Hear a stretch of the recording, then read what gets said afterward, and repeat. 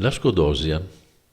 La prima volta che si trova la denominazione di Skuldascia, poi diventata Scodosia, si ha in un documento dall'anno 955, donazione di Franca, vedova di Almerico, riportato dallo storico Andrea Gloria nel Codice diplomatico padovano e poi in altri successivi.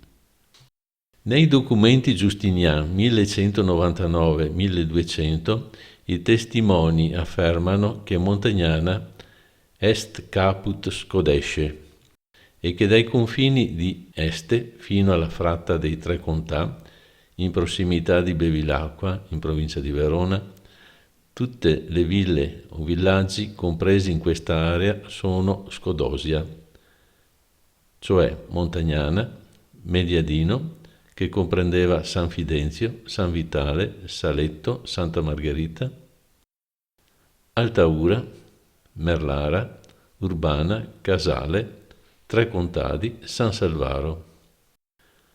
La Scodosia si estendeva dal fiume Frassine a nord al fiume Adige a sud, dal Fratta ad ovest al Frassine di Santa Caterina ad est. Includeva anche Gazzo, parte del comune di Carceri, Vighizzolo e Ponso. Questo in un atto del 1260 in cui si regolava la giurisdizione tra Azzo VII Marchese di Este e il comune di Padova. La Skuldascia dipese dalla Corte Regia di Verona, direttamente o attraverso il Gastaldato di Monselice. Il primo personaggio documentato con dominio sulla Scodosia è Almerico II, fondatore dell'abbazia di Vangadizza a Badia Polesine, morto nell'anno 954.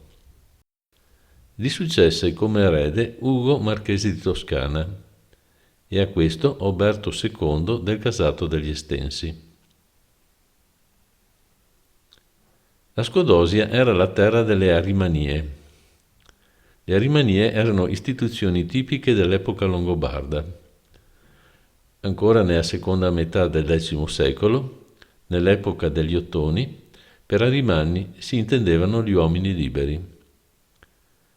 L'Arimanno, essendo uomo libero, doveva far parte dell'esercito e partecipava alle assemblee popolari che esercitavano la giustizia.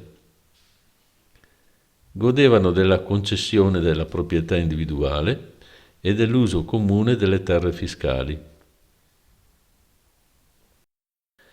Le arimanie erano quindi create dove abbondavano le terre fiscali e dove c'erano particolari necessità militari e strategiche in base alla posizione geografica o al confine. Le arimanie dipendevano direttamente dal re e a capo avevano un funzionario regio speciale chiamato Skuldascio. Per godere dei diritti e delle terre assegnate, gli arimanni dovevano pagare un tributo ai feudatari rappresentanti del sovrano.